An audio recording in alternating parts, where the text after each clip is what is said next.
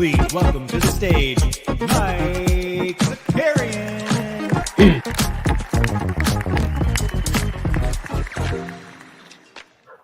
What's going on, everybody? Welcome back. Bandy's locked in, ready to go. A little Friday action coming at you.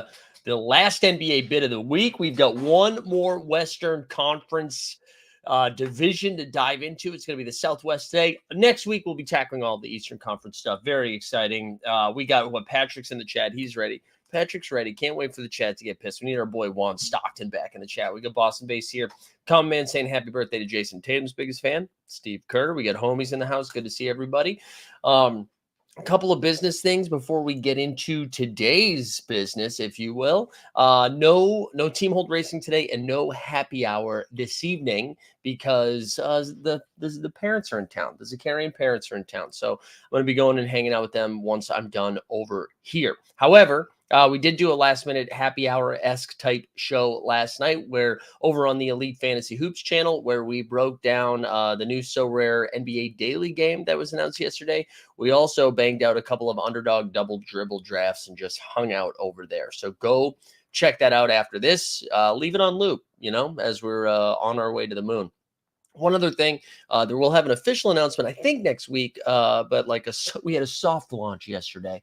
We got a new show that's going to be coming to you on a different feed. It's not going to be on the NBA Bit or on the Elite Fantasy Hoops, but I am co-hosting a new basketball show with Trayvon Edwards, which will, I think, live on the Count the Dings network, and I'm very excited for that. So go get ready. You're going to have to click a bunch of stuff. It's a really cool opportunity for me. I'm really looking forward to it and appreciate those who had helped support that and, get that off the ground. So ready to rock and roll for that. I think that's it for news, though. I think that's it. Next week, again, we'll be doing our Monday, Wednesday, Friday action. And next week, we're into October, baby. We're just a few weeks away. We'll have some fun announcements about the start of the season. Good stuff all around. Good stuff all around. Main minus style equals no seasoning. There you go, homies. Homies, that's fair. That's fair. I think that's fair. Although I could use a main weekend right now while we're getting this little overcast energy. The generic white guy co-host. That for real, Stan. That is it really happened. It happened. So I think we'll finally get some other media members on the show. We'll get some NBA players on the show. We did it. We did it. We rode the generic white guy coattails to the moon. That's right, Maddie Harrison. Manifesting. You guys want to talk some basketball? Anything else we need to get off our chest before we get going? I think before we dive into the West, man, the Zach Lowe stuff yesterday was kind of nuts. We talked about it a little bit on the happy hour, or the basketball stream, the underdog stream and SORARE stream last night. But the Zach Lowe news came out of nowhere, kind of, huh? So no longer with ESPN. I believe he still has one more year on his contract. So I don't know if he'll be able to sign anywhere else unless that company is willing to. And I might be speaking out of turn, so I don't know. But I don't believe he'll be able to go to another network or outlet without him getting bought out. And I don't know who's going to pay, because it sounded like he's making close somewhere between north of 10 million or something like that. So we'll have to wait and see. Bill Simmons talked about it. I listened to some of it this morning with Brian Curtis on the Bill Simmons podcast, and because I was immediately like, oh, I wonder if like the Woj leaving was like he was getting ahead of it, and Bill was in disagreement of that. He said he didn't think that was no conspiracy, Bill, for that. Didn't think that was the case, but I don't know. It does kind of like make you wonder what the plan is here, you know? And you think about they just paid so much money for those NBA rights, right? We spent like 2 months talking about how much money the NBA just got, even though overall TV ratings are down, right? And now you look at what they lost JJ Redick, they lost Doc Rivers, they now lost Zach Lowe, Woj isn't there. So like, what is their basketball haven? And maybe their take is just like, dude, who cares, man? You're going to watch these games. We've been putting Kendrick Perkins and Stephen A up here just yelling for 2 years now, and you guys still watch it, right? It's not like we can go somewhere else to watch the basketball game. So maybe they're just like, hey, we'll put out a bullshit product, and either way, you're going to watch the game. So I don't know. I don't know what the plan is here. And I don't even know. It's not like they're clearing cap for a big free agent grab, right? That would make sense. I mean, because he is the guy. Like when you think of like the voices of reason in the basketball space, like the non-hot takey but are entertaining and like just sharp people. And I know there has been some criticism of his pods as of late, where it's just been a lot of Bobby Marks. But yeah, I don't know. I don't know who. Like if it's not him, who is it? You know. And so I'll be interested to see where his next landing spot is. The way that Bill Simmons is talking about it does not sound like it's the Ringer. And I know Amazon is going to be like in the next media rights deal, like when that kicks in, not this season, but next season, Amazon will have some hoops. NBC will have some hoops. So who knows? Maybe somebody else drops a bag. But you just remember too, like he does so much writing. Like that was part of his, right? Like we know him as a podcaster. He started doing some TV, but he's a writer first. And I don't know like where he goes. So it just makes you, I don't know who's watching ESPN for these basketball shows, right? It's just Richard Jefferson, Kendrick Perkins, Stephen A. Smith.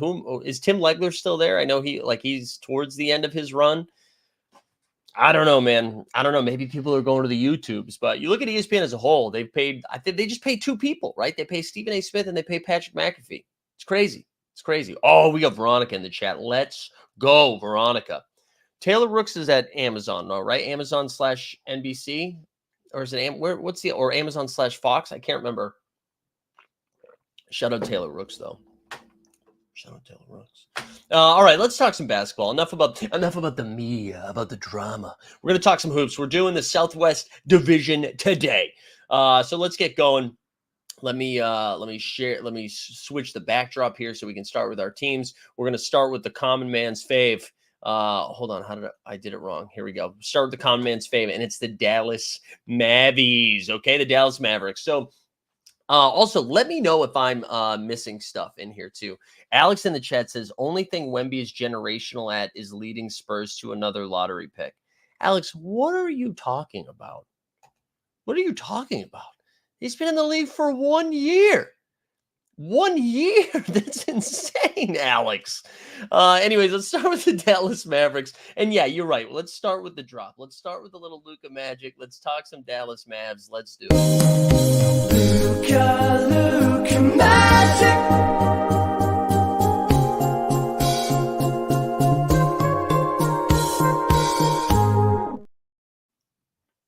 All right, here we go. Let's do it. Sorry, a little delayed. I forgot I wasn't listening to the music. So the Mavs added 2 bros. And again, if I'm missing somebody, let me know in the chat. It's actually kind of tricky to find all of the transactions. There's no like easy way to do it.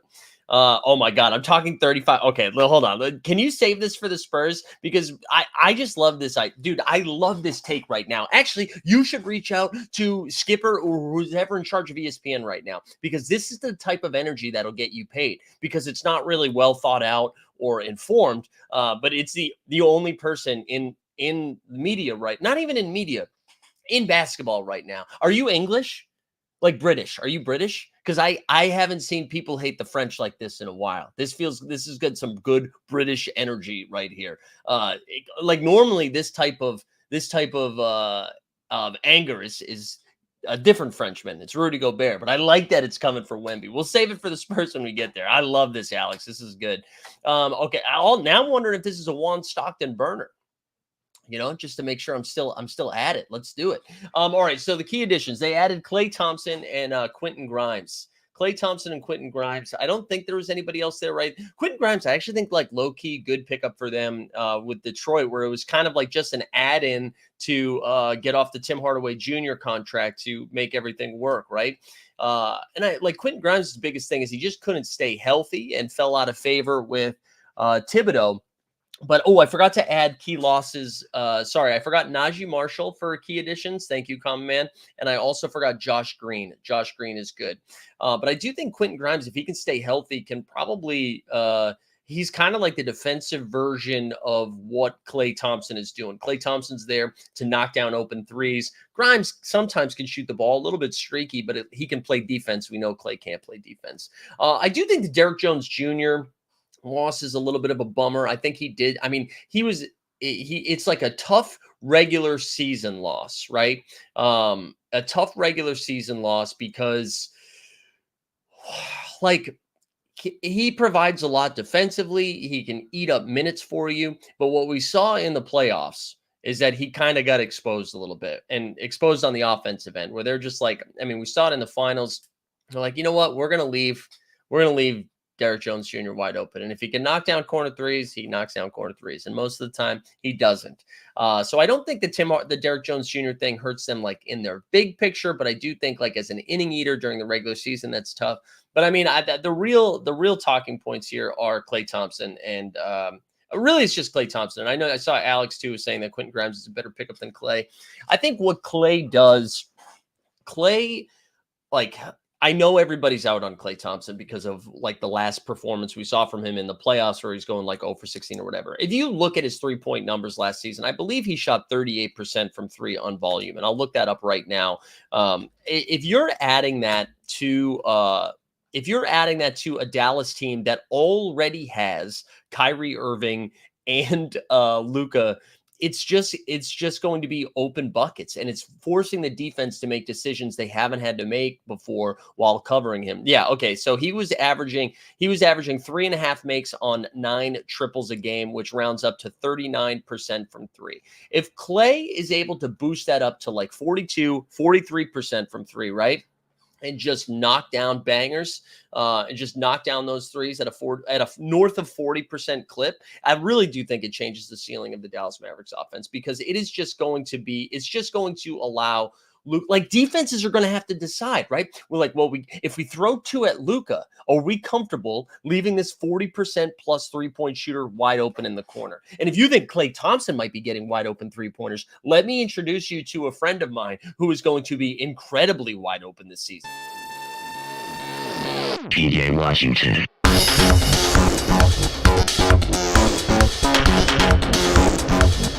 PJ Washington.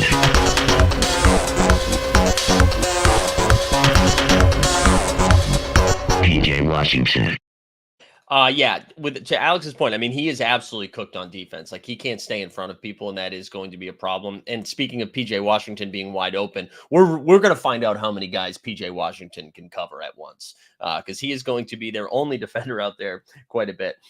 But I do think, again, I think the ceiling of this offense really gets unlocked if Klay is able, because I mean, Luka can do whatever he wants already. And now you add like a legit 3-point, like if that 3-point shooter goes from guys like Tim Hardaway Jr., who has been ice cold for like 6 straight months, and Josh Green, who seems a little hitch in his giddy up, and Dante Exum, and now you're talking about Klay Thompson and Quentin Grimes. I do think that changes the outcome on him, or the ceiling on him. So their 2024 odds here. We've got projections. We've got 49.5 W's. That's what they're project. Their win totals at 49.5. They're plus 1,000 to win the NBA Finals, plus 475 to return as West champions, and plus 115 to win their division, which I think that's the one I like the most. Taruk in the chat saying, well, Klay is a better player that came in THJ's place. Klay without legs is Hall of Fame defender versus. Yeah, that's true. I mean, he is absolutely an upgrade. I think we were talking about Derrick Jones Jr. and Josh Green. Those guys were better defenders, but what Klay lacked in defense is exactly what they lack in offense, right? So it's kind of like the yin and the yang of what their deficiencies are. But 49.5 wins. I'm like, wait, and maybe this is poor on me, right? Maybe this is a bad take from Zakarian here. I am high, and I think I've outlined this before. I think I'm nervous about their regular season finish and have no issue with their postseason run. Meaning, like, I don't know if I'm out there wanting to say that they're going to get over 49.5 wins. But I do think they have just as good of an opportunity to come out of the West like they did last season. Like, I think I would take them right now over just about every team not named the OKC Thunder, even though they did go through the OKC Thunder last season. So I totally understand why everyone would be mad at me about that. But I think in the postseason run, I would rank them like second favorite to get out of the West. However, in the regular season, I don't know if they're going to have the same urgency. I don't know if home court matters to them as much, especially after what they did last season, as they were the road team in every single round of the playoffs. Right? They were the 5 seed against the 4 seeded Clippers. They were the 5 seed still against the 1 seeded, who are they? What's their name? The Oklahoma City Thunder. And then they were the 5 seed against the 3 seed in Minnesota Timberwolves, or 2 seed. I can't remember which one. 3 seed. Exactly. Doesn't matter which seed they finish from 1 to 6. Yeah, I'm totally with you. So I think, like, if I was a betting man, that I might stay away from that 49.5 win total, because I could see, like, OKC is going to win a ton of games. We've already talked about them. We're going to talk about Memphis in a second. I think they're going to win a lot more games. I think the Pellies, who we'll talk about, will still be frisky. I just think everybody's going to live in that 45 to 52 win range. And I don't really feel comfortable taking a strong stance one way or the other. However, I do feel pretty comfortable saying that the Mavericks are like either my first or second or most dangerous team. Again, a lot of it, I mean, if Clay comes out, though, and he's still shooting, what we saw in that postseason, I think that's going to be a tough scene for them. I do think they are going to need that shooting, but we'll see. Alex says, depends on Luka and if he can keep his 3-point percentage at 38 instead of the 33, 34 he had the rest of his career. Yeah, like, is that just small sample size that he got hot from 3? Yeah, we'll have to wait and see. We'll have to wait and see. And, like, they got to stay healthy, right? Because I think if you lose one of them, it's a real problem, specifically Luka. I mean, if Kyrie goes down, Luka is a one-man wrecking machine that he can still hold his own. But I know there's no sense in talking about health, because that's true for every single team. But I'm high on him. And then one other piece we haven't really talked about is, like, Derek Lively in year 2. And if he's going to continue to, I mean, he's already a very solid defender for what we've seen just from his rookie season. We haven't still not completely there on the offense, but if he does grow in year 2, and for his sake, I hope he does after talking all that shit to Rudy Gobert. But if Lively's able to make another step too, I mean, having like the 1-2 punch of Derek Lively and Daniel Gafford is something that I don't think a lot of teams have. Like, I do like Lively more than Gafford. I think Lively's got much higher upside than Gafford. However, like, if Gafford is your starting big, you're in fine shape too. Taruk also in the chat saying, I'm waiting a couple more years when Lively will start shooting threes like Brook Lopez. I mean, if that happens, wheels up, baby. Wheels up if he starts knocking down triples. If that happens, they'll be like, you won't be able to defend Dallas. You won't be able to defend them. But I think they're great. I mean, whatever. Their greatest threat this season to their success is their defense, right? Hold on. Tesla said, so we're just going to admit that Luka will never take his conditioning seriously. I mean, maybe, I guess Tesla. I think it's hard to be mad about that when he is putting up the numbers that he's putting up, I mean, I don't know. Dude, like, if you're Brian Windhorst, you'll yell at him. We'll see. Let's see how he responds. Do they get a championship or an NBA Finals run hangover? Do they get off to a slow start? I don't know. We'll wait and see. Any other Dallas takes before we move on to our second team in this division? Anything else? Maddie says Quentin Grimes, if healthy, could actually help a lot because he can guard the perimeter. Yeah, I think Quentin Grimes' health is going to be pretty important. I do. And it's like some Clay insurance, right? It's Clay light from 3. Yeah, we'll have to wait and see on the health. We'll wait and see on him, like, doing some push-ups and stuff. All right, we can always go back to Dallas if we need to. Let's get to some Zion. Speaking of conditioning, baby. Ozempic. Zion and the Pellies. So their key additions. DeJounte Murray. They got the DeJounte Murray and that trade that sent guys like Larry Nance Jr., Dyson Daniels over to the A-Town down, Atlanta Hawks. They also added Daniel Tice's Nice, the Tice Nicer, who I think is going to start at the 5 for them, which holy shit. That's concerning. And then they also lost Jonas Valanciunas, who went to the Wizards. Let me just see in the chat here, Grimes and PJ Washington got a lot of work to do. Yeah, they're going to have to do a lot of it. And then Taruk said Lively said himself he was training those 3-point shots when he was in the draft combine. There you go. All right, let's see it. But for the Pels, man, they've got their 2 biggest question marks this season are who's going to play the 5. So Daniel Tice is going to start at the 5 for them, which is insane. Daniel Tice was a borderline starter for the Celtics a few years ago, and for him to still do it, although if they get the Germany Daniel Tice of what he did in the Olympics, then I mean you're fine with that. They also drafted Yves Missy, I believe the rookie out of Baylor with their first round pick this season. I think that was it's like a 16 or 18 pick, something like that. Yeah, John Dubb in the chat. Not Tice as the key addition. Yeah, they were struggling. So that's a big concern for them because if they can't figure out the 5, Zion is awesome. And I think offensively, if he's playing the 5, that could really cause some problems for defenses. However, him guarding other 5s, I think could be a problem. I don't think that's ideal, right? And then the other big issue for New Orleans is figuring out this Brandon Ingram stuff. So I don't know how many people remember this, but at the end of the season last year, after the Pels lost in the playoffs or in the play-in, no, they made it to the playoffs and they got swept in the first round by the Thunder. Is it David Griffin, right? That's the general manager, president of basketball ops, whatever his title is, kind of came out there and said like, hey, listen, we did what we did with this core. And it's clear to us now as an organization that we need to shake up the core. And what he basically was saying, you knew it wasn't going to be Zion, that it was Brandon Ingram. And Brandon Ingram is on the last year of his deal, clearly wants an extension. And that was Griffin signaling to the league and to the Pelicans and to Brandon Ingram that Brandon Ingram was most likely not going to be a part of the future of the New Orleans Pelicans. Well, by doing that, I feel like it immediately sucked the value out of Brandon Ingram.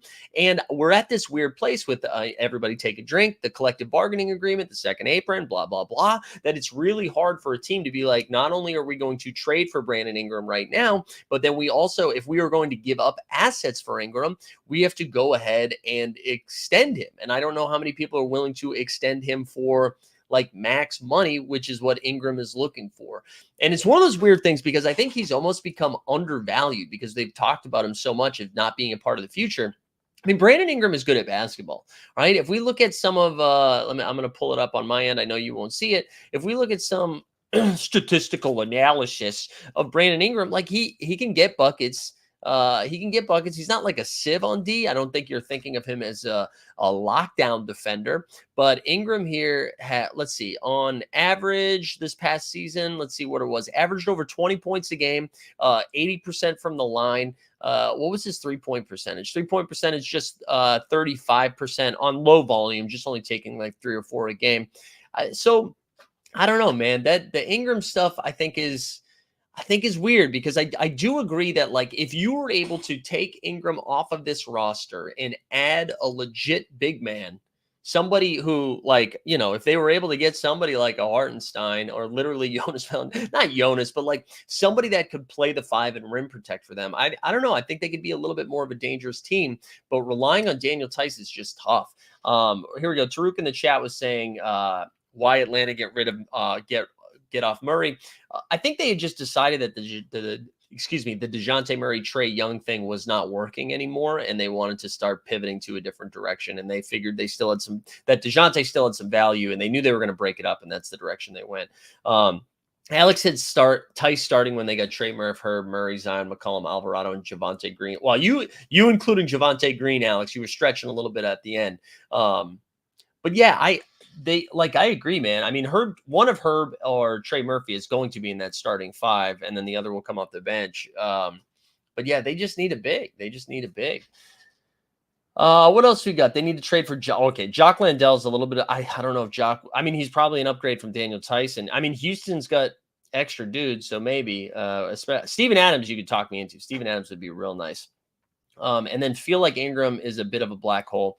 Yeah, I mean, he's kind of like a DeRozan-ish, right? Where it doesn't really make sense because he doesn't shoot threes. And when you have a guy like Zion who's playing point sometimes, and his whole game is just attacking, right? He attacks.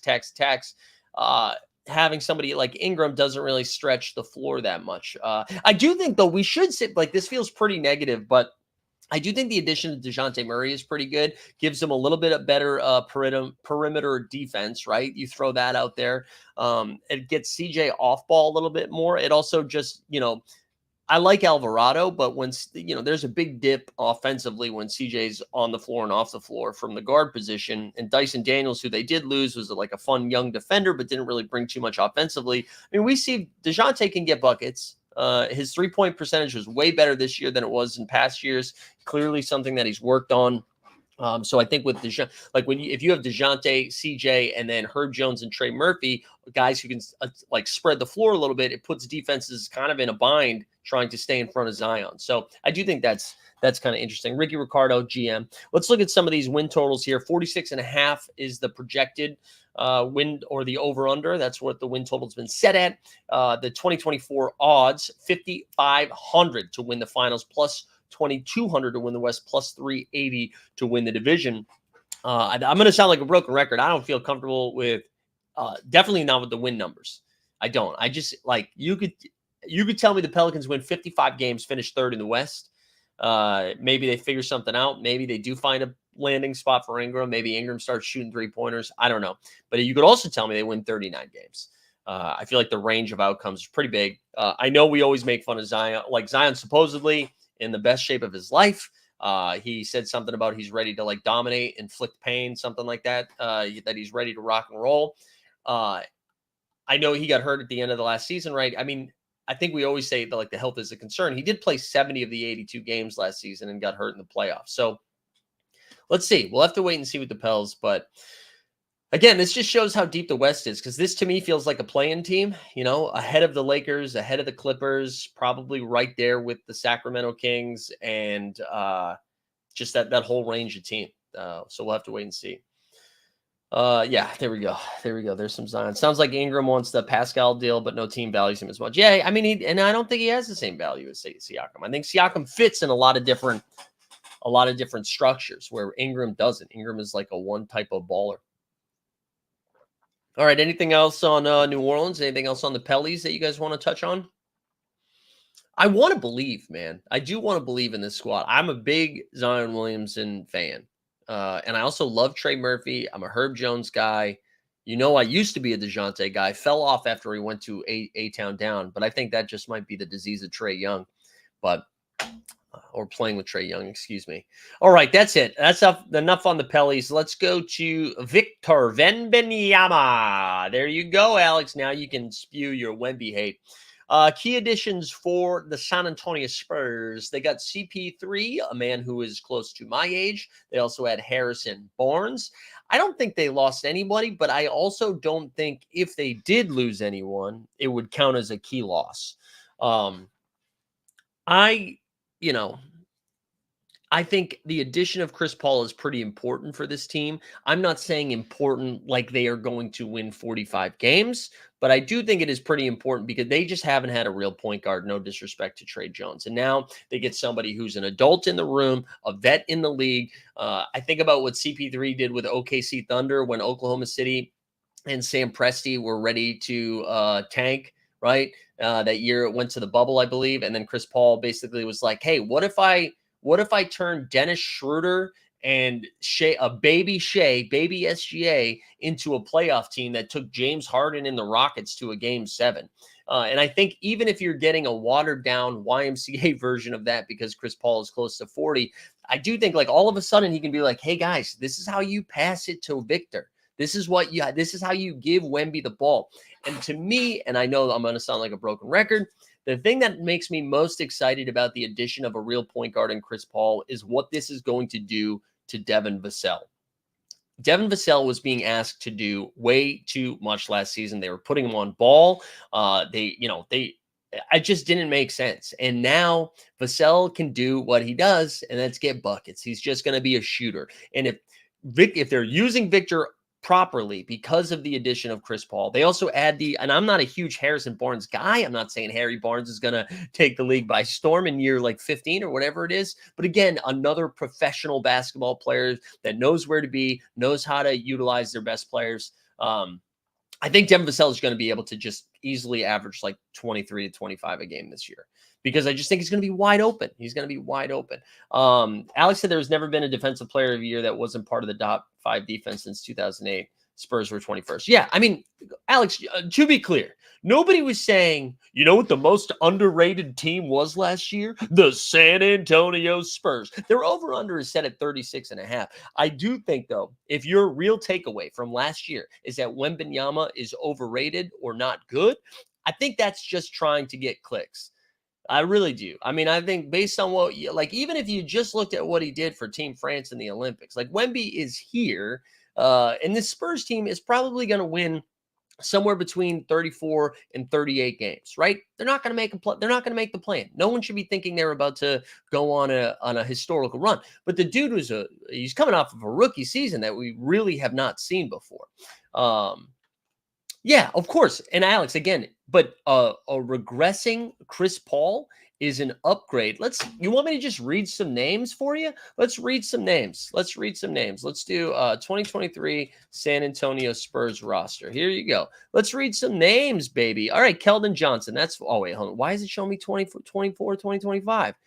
Here we go. Let's read some names. Beware the Sohan. Sure. Jeremy Sohan. Great. Keldon Johnson. Great. Now let's do it. Charles Bassey. Do you have his rookie card? Dominic, keep the bar low. Malachi Brano. Julian Champagne. Sidi Sissoko. Mamadi Diakite. David Duke Jr. Devontae Graham was there for a hot minute. Sandro Mabakalashvili. Dougie McBuckets. Chetty Osman. Blake Wesley. Raekwon Gray. This sounds like a Key and Peele sketch at this time. You know what I'm saying? He said they're not winning over 30 games. Alex, let's do it, baby. Let's make a bet right now, Alex. Let's make a bet. Not for real money, though. You know what I'm saying? Just like for vibes, a vibes bet. I think they win over 30 games, but I think they win like 32, 34 games. Most of those guys are still on the roster, so what's changed besides adding the corpse of Chris Paul? Harrison Barnes. I think Chris Paul is a bigger addition than what you think he is. I do. And Chris Paul actually played pretty well for the Golden State Warriors last year. In those games, he played 58 games for the Warriors this past season, averaging 9 and 7, with still over a steal a game and 4 boards per game, but was still shooting 37% from 3, 50% from the field. So I actually think, let's do a vibes bet. So anyways, I'm taking the Spurs over. I think they probably finish. How many teams are in the West? Are there 12 in the West? I think they finish ahead of the Lakers. No, ahead of the Blazers and the Jazz. And they probably win like 32 to 33 games. I wouldn't touch the over on this, though. I just think the rest of the West is too good. But I think that's already too much to talk about the Spurs. I think we'll see Victor Wembanyama make first-team All-NBA this year.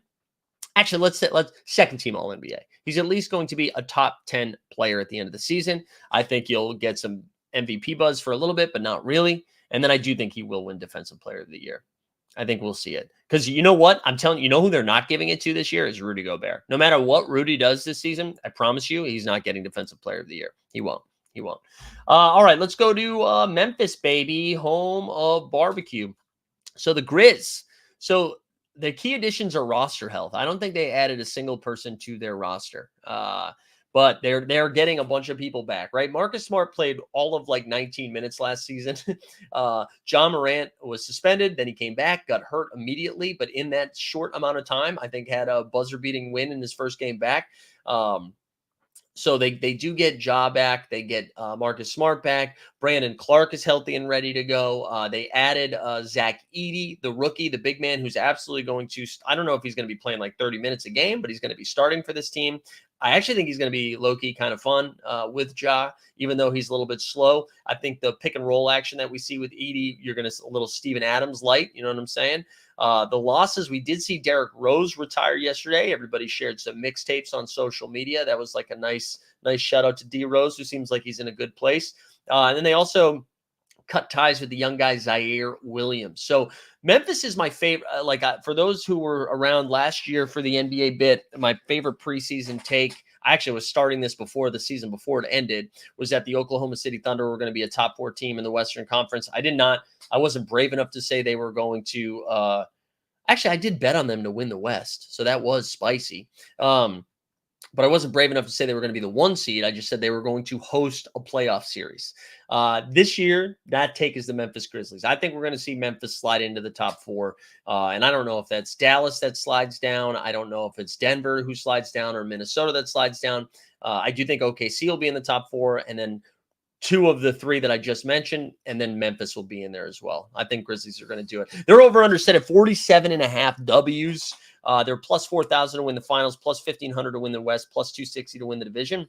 I don't think they've got enough juice to win the finals, but you tell me plus 1,500 to win the West or plus 260 to win the division. I think there's some fun in that bet. Alex in the chat saying Smart was one of the best defenders in the NBA for 20 games. No one want to admit that Triple J regressed last year.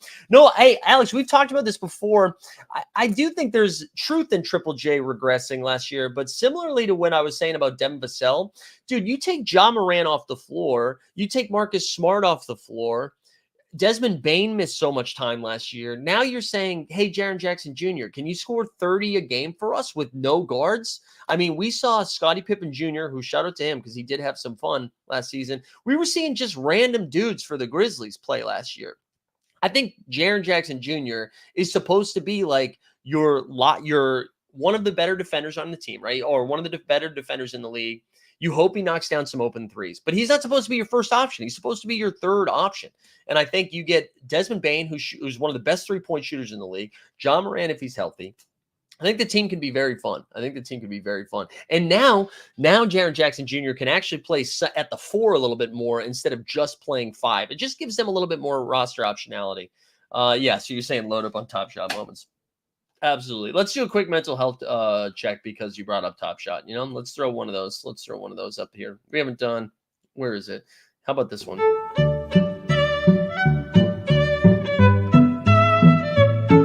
man, I noticed that some of my Series 2 moments, I spent a lot of money on them, and it's not worth as much. So, Jacob, can you make it worth more? Yeah, Alex going back to the regression. I tell you what, Alex, if he does that again this year, I'll be on board. But I think that's a little small sample size for a team that was like rocked by injuries. They weren't playing close games. They were getting blown out night in and night out. So I'll wait and see. If they're a competitive team and Triple J is still lackluster on the defensive and offensive end, I'll be right there with you. I'll take the L. I'll hold it loud, hold it proud. But I think we're going to see a different Memphis team. I think people, dude, they were like the 2 seed in the West. I think they were, they not too long ago, and nothing has changed. Nothing has changed except for Ja Morant. So, and he's healthy. He seems angry. I'm in on Memphis this year. And especially because I think we're going to see like the Lakers are taking a step back. The Clippers are going to take a step back. I like them. I like them Grizz. Maybe one of my favorite bets. Anything else on Memphis that people want to shout out? I do think the Scottie Pippen's like being there for a full year on a guaranteed deal is pretty fun. Dylan Brooks and are you a Houston Rockets fan? Yeah, you've been bringing up the Rockets a lot. I do think I'm not worried about Dylan Brooks. I'm sorry. I'm not a Dylan Brooks truther. I'm not worried about Brooks. And Steven Adams, you want to talk about somebody who can't stay healthy? Steven Adams. All right, let's get to your Rockets, Alex. I'm dubbing you a Rockets fan at this point. Shingun! The Houston Rockets, key additions, none. Outside of Reed Shepherd. You want to know why? Because they get 100 dudes on their team. They have so many guys. Key losses, also none. None yet, anyways. Their odds, 43.5 wins, plus 15,000 to win the finals, plus 6,500 to win the West, and plus 800 to win the division. In some of our fantasy content, I mentioned this. The Houston Rockets are going to be one of my favorite early season league pass teams. Listen, Houston down the stretch, right? Let's Google up. Yeah, I know they're getting Tari Eason back. I mean, key additions from roster transactions. But let's say Houston Rockets last 20 games. So in Houston's last 20 games, they were 14-6. All that was without Şengün. Now, I think a lot of people overrated a little bit this run, because here are the games where they won. The last 20 games of the season, they go 14-6. They beat the Trailblazers. They beat Sacramento Kings, is a good one.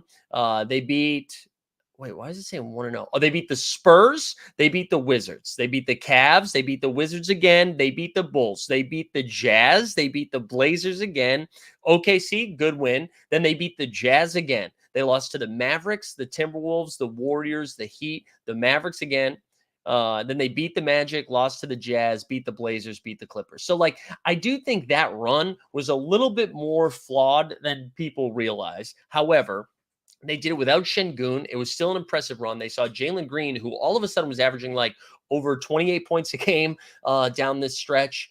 We hadn't seen that sort of ceiling from Jalen Green. Yeah, a Linsanity run. There was a Linsanity run, excuse me. However, I don't know, like, you look at their roster heading into this season. They get Şengün back. They drafted Reed Shepherd, who, like, leaps and bounds the best summer league player this season. They've got Fred VanVleet. They still have Jalen Green. They have Amin Thompson, who they've been playing as like a straight up guard. They've got Tari Eason, who you mentioned back, Jabari Smith Jr. in year 3. And then like some of the other pieces like Dylan Brooks, Steven Adams, Jock Landale. Like, they have so many freaking guys. And I just don't think that the team that they have now, I don't think we'll see the same team at the All-Star break. And there was a lot of rumblings that, like, maybe the Rockets are better with Şengün because that 14-6 run happened without him. I think that's dumb thinking. I think Şengün is important. I think Şengün is a good player. I feel like one of Fred VanVleet or Jalen Green will be on a different team come postseason or come trade deadline, because I do think if they're going to be using Amin Thompson as one of their guards, which I think is smart because he can defend. Amin Thompson. That is like my most intriguing player heading into the season. He is like, if his offensive game just evolves a little bit, man, not even a lot, just a little bit. He can defend 1 through 5. He's a menace out there. He's just incredibly athletic. Like, I'm super, super high on Amin Thompson. So we'll have to see. And Tari Eason. Like, I really like Tari Eason as well. Amin grew an inch is insane. That's crazy. You also said frustrating player because he can hit a nasty step back 3 and then brick an open 3. Yeah. I do think, I mean, if there was one piece, like, so Fred VanVleet, I believe, has a team option for year 3, maybe, but or maybe this is his last year in the deal. I can't remember. But Şengün, they didn't extend, and Jalen Green, they haven't extended yet too. So they have Houston has a ton of decisions to make. And of course, we've learned this from last season, but this will be even stressed even more this season, is that Ime Udoka and what's his name, the problematic owner of the Houston Rockets, like, they want to win now. They want to win now. So they're not interested in tanking again. And I do think does Houston have Phoenix's picks this season too? Everyone soon. I see multiple trades. I'm assuming Fred VanVleet is walking. Yeah. I mean, Fred makes the most sense. Like, if you can, like a late first rounder or something like that for Fred on a contending team, I think would be kind of fun. They're doing exactly with what the 76ers did with Maxey. But forgive me if I trust Daryl Morey maybe a little bit more. But yeah, I mean, I don't think I would touch any of the over-unders. I think plus 800 to win the division is kind of fun just because it is a spicy bet. And if you really think Houston has figured something out like you saw at the end of the season, then go for it. But I know the Houston run was fun because they almost caught the Golden State Warriors and everybody was freaking out there for that last play-in spot. I just think the West, I think there's a real world where Houston can surpass the Lakers and the Clippers. But I think that's where it stops, right? So maybe that is a 10 seed, but I don't see them surpassing the Kings, the Pelicans, the Grizzlies, the Mavs, the Timberwolves, the Nuggets, the Thunder. I'm sure I'm forgetting some teams there. So I don't know. But I'm excited. I'm excited to watch them. I think from a fantasy perspective, it's going to be a lot of fun. Alex said it would be GM malpractice to extend Şengün or Jalen, not because of the level of play, just financial reasons. Yeah, maybe, but this is what you do, man. You don't extend them. Maybe you piss them off, and then they enter free market, and now maybe you have to pay even more, or they're just like, you know what, I'll go get a little bit less money and go somewhere else. I don't know how desirable it is to play for the Houston Rockets, especially if you're Jalen Green and you're like, dude, well, you drafted Reed Shepherd, Fred VanVleet's here, Amon Thompson, you're playing my position. Like, I don't know. It definitely could backfire. It could, and it depends. And Jalen Green has been in trade rumors just about every single year. Maddie says, what elite players might be available for the Rockets if they package some of their young guys and some draft capital? Yeah, I don't know. Because you would have to think if they package some of their young guys and some draft capital. Because it would if it's a young guys in draft capital, it would have to be a team that was also losing, and it can't be like a Lowry Markkanen. I mean, I could see some of those Utah guys being available. Because Utah's always down to collect some more assets. So the Clarkson, Sexton, John Collins, Walker Kessler, that kind of core group, I could see them being interested in moving off some pieces. I'm trying to think of some other teams. The Wizards with, I don't know if they're going to be trying to go get Jordan Poole, but any of the Wizards assets of players that might be useful. Detroit, I don't know. Yeah, but Donovan, I don't think that's happening. Tesla was saying the maxi tightrope is not easy to walk. Players get mad about not getting the bag. Yeah, and I mean, listen, it sounds like Morey screwed over James Harden, but it seemed like the dialogue around Maxey, it was so clear to them that they were going to re-sign him and that they were just trying to play the market right so that they could also add a star. And if they extended him too soon, they wouldn't have had that flexibility. So it seemed like they had really talked it out. Oh, the Kuz. That's right, Kyle Kuzma. That would actually be kind of fun. That would be a fun one. But there you have it, baby. There's the Southwest Division. Southwest Division was a lot of fun. I was gonna say, do we do some pick'ems? But I don't even know what pick'ems we could do right now. I want to shout out the ship chasing crew, and I shared this. I shared this with you last night if you tuned into the Elite Fantasy Hoops show. But we hit a couple. We hit a couple big boys. We hit a couple big boys over here. Let's see the results. Where is it? This bad boy right here. So this one hit. This is a big one. This was the ship chasing core group with CeeDee Lamb with his fantasy points. The Wandale ended up with 10 receptions, and Rico Dowdle. And then he did a halftime bet right there too. Another bad boy so that was a fun little run there for him. I don't know if you guys have any football. Do they have any NBA futures up right now? They do have some NBA futures. Let's not do that yet, though. Let's not do it yet. I don't know. Does anybody have any football takes for the weekend? Oh, I forgot I got to change the backdrop. Sorry. We're cooking along. You know what? Let's not force it. Anything else you guys wanted to talk about before we wrap up here? Before I go hang out with the fam for the weekend? Just a reminder, we'll be back. If this is your first time, Alex, have you tuned into the NBA bit before? Are you new? I feel like we had some new names in the chat. If you're new, we do this show Monday, Wednesday, Friday, every Monday, Wednesday, Friday at 9 a.m. Eastern. We're going to be doing the same thing we did this week, next week for the Eastern Conference. And then make sure you go subscribe to the Elite Fantasy Hoops channel if you haven't done that yet. We've been putting out a ton of content over there. I actually finally figured out how to put a playlist from a different channel on my channel, so you can actually find some of the link stuff there, but I'll also drop a link into the chat as we move along, baby, as we move along. Anybody got any good weekend plans? Anybody getting after it this weekend?